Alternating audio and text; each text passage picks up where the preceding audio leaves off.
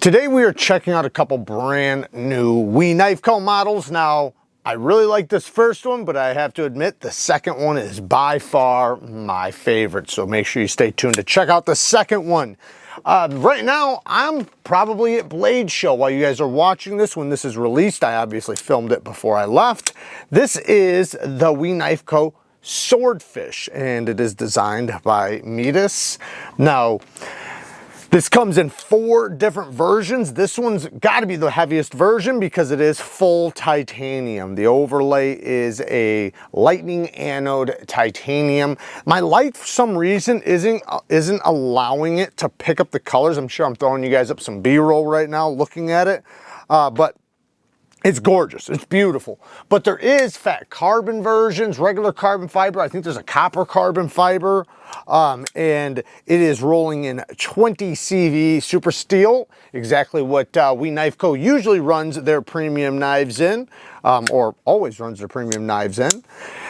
Great steel. It is an all-around amazing steel, a top tier steel for sure. I have done a couple edge retention tests on it. You guys can go and check that out. I did one with the Civivi Cubit, or the WE Cubit and the Civivi Cubit when I put them head to head, and I did one with the Vision. So you guys can check that out if you want to. They got pretty decent results in edge retention wise. At least it wasn't horrible. I know they used to get a bit lower numbers in the past, so it's nice to see them bumping that up a little bit.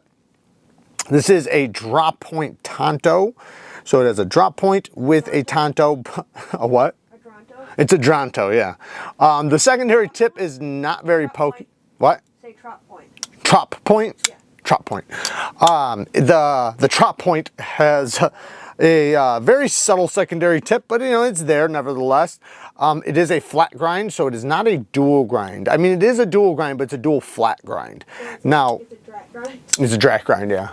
The titanium liner lock does have a steel lock bar insert, and if you look, they put a little extra steel on this side, and there's a cutout probably in here so that it can go inside there. But that's going to leave for a little bit thicker material up here for lock face geometry. And also for the support on the liner, you know, because it's a little bit thicker, so it gives an area, you know, for the screw to go into and be nice and stable, which is pretty cool. Now, like I said, this one being the titanium one's going to be quite a bit heavier than the carbon fiber ones. Carbon fiber is quite a bit lighter than titanium. This has a titanium spring pocket clip. That's a milled spring pocket clip that I actually really like. This thing works really, really well in and out of the pocket. Yep, titanium backspacer. Good access to the lock bar, and this thing is very smooth. It is drop shut action. Drop shut Dronto. The front flipper is well jimped, but I do wish the jimping went up and all the way around like I always like. I like to see the corner right here have some. However, it works. I don't know if it'd even make a difference if there was other jimping there because it does work that well. So no problems with that. Just more of a preference for me. The thumb studs are not huge. They're not really big thumb studs, but they don't need to be, considering how tight this is right here. And they're grippy enough that you can easily snap them out there. So nice, comfortable thumb stud and front flipper deployment. Doesn't have a super strong detent, which is good considering it has a front flipper. Ergonomics are really, really well done. This is not a very big knife. Was it 7.7 inches overall with a 3.28 blade length. So almost a 3.5 inch blade, just under 3.5 inches. But yeah, awesome, awesome knife. Now, I do have one decent nitpick. So one is, what'd you say? I said, here comes Sir Nitpickington. Sir, Yeah, learn how to say your own name. What is it? Sir Nitpickington. Sir Nitpickington. Okay, that's me. So the stop pin. Stop pin is right there, right behind the edge. You can see where it hits. It hits right there. I wish if they're gonna put it down there, put it way down here. Make it way out of the way. I need that steel. I need that steel, guys. That's the steel that I need to sharpen off. Now, yes, that's going to be a lot of sharpenings. Let me look. So you need the steel so you can get rid of it? Yeah, it's up here. It's right there, right where my nail is. So it's pretty close to the edge. So that's not going to be a ton of sharpenings, and I want as many sharpenings as I can possibly get. You know, I don't know. Steel, and he needs it now. I don't know. I don't know if the I don't know how many sharpenings that's going to be before it sharpens out, but if I chipped my edge or something like that, it could possibly potentially become a problem. I want to get, like I said, as many as possible. If I had to guess, I would say that's probably 10, 15 sharpenings. Just depends on how low you put your angle, how much steel you remove, and so on and so on.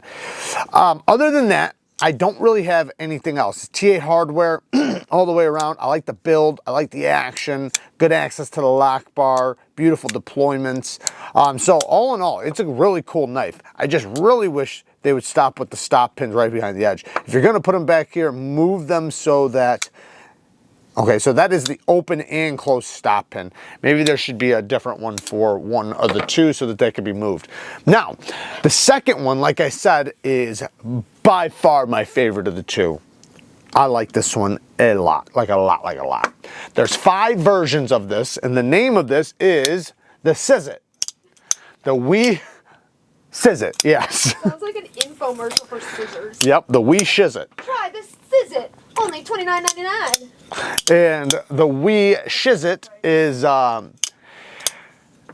comes in 5 different versions. So we have 5 different flavors with this one. Now this one, I'm not sure if the other one, because there's another blacked out one, and then there's 2 plain blades, so it doesn't have a coating, and then the third one is a Damasteel, or fifth one, I guess you should say, is the Damasteel one, but this has a coating on it. I can't see what kind of coating it is. I'm guessing it's PVD, but it's very, very gray. It almost looks like a gunmetal blue, and I love it. I absolutely love that color. The milling on the titanium here, so it's fat carbon fiber inlays with the titanium, and this titanium has a lot of milling on the outside, and it has milling down the center of it on the inside, I believe through and through, making it not very heavy for how big it is, as this is nearly 9 inches, 8.8 inches overall with a 3.8 inch blade. Dual ground, almost a spear point blade. I'm going to call it a spear point. I'm sure they're calling it a drop point. Yep. But yeah, it's almost a spear point. It is a drop point. It's a drop point. It's a deer point. It's a deer point. Okay, it's a deer. It has a dual ground 20 CV blade, very slicey right here, nice finger choil, and the action is ridiculous. We Knife Co. has absolutely mastered the button lock action. They are #1 in my opinion with button locks. Hands down, I don't even know if there's competition right now. There's a couple other companies doing a really good job with button locks, but We Knife Co. is just, they have, in my opinion, the best detent, the best lockup, no detent lash, and I have a lot of their button locks. Some of which I've tested long term, I've abused, I've done a lot with. I got some that have literally been abused and used long term, and they're still rock solid. They're still rock solid, no play any direction. And typically, when a button lock, you're cracking me up over here. When a button lock it is used over long terms, it tends to get some up and down right here. That's just kind of the nature of a lot of button locks. Not all, but a lot of them. So it's imperative that the lock face geometry is done well, and this is done to perfection. And my goodness, these thumb studs are like my favorite thumb studs. They're very grippy, they're a great size. This is the type of thumb studs I love. The ergos on this thing, this is possibly the most comfortable We Knife Co. I've ever held. Next to one that'll be coming out here very soon. All hail. This is a very, very, very comfortable knife. It's slim for how big it is. That's the thing, because it's a big knife. So for the slimness, it is very slim. So like to carry this is going to be perfect. Titanium mill pocket clip that's super smooth in and out of the pocket. And there is milling underneath the clip, but you can't even tell. Yeah, this is a banger. Absolute banger. I freaking like this thing a lot. Like a lot. And like I said, I love this blue gunmetal look. Now, if you don't like the gunmetal look, like I said, there is other versions. Now, nitpicks and negatives. One, Sir Nitpickington. Yes, Sir. There's T8s all over the body screws, which I appreciate. I want T8s on the body screws. However, with the inlays, which are not part of the body screws, but still, the inlays are T6s.